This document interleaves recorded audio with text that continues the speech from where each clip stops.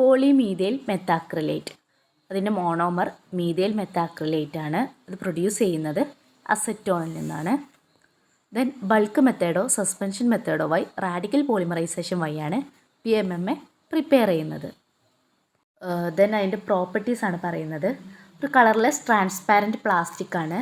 അതുപോലെ തന്നെ അതിന് എക്സലൻറ്റ് ഔട്ട്ഡോർ ലൈഫ് പീരീഡ് ഉണ്ട്. അതുപോലെ തന്നെ ഗുഡ് സ്ട്രെങ്ത്ത്.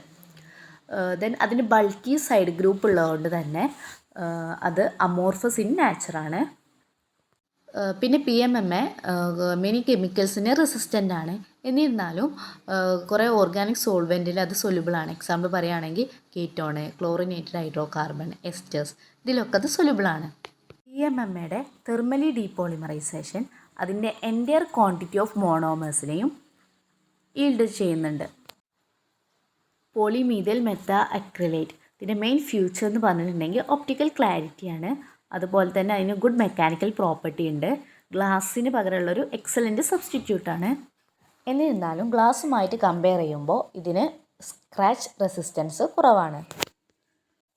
PMMA യൂസ് ചെയ്യുന്നത് അട്രാക്റ്റീവ് സൈൻ ബോർഡ് ഉണ്ടാക്കാൻ വേണ്ടിയിട്ടും അതുപോലെ തന്നെ ഡ്യൂറബിൾ ലെൻസസിലൊക്കെയാണ് യൂസ് ചെയ്യുന്നുള്ളത്.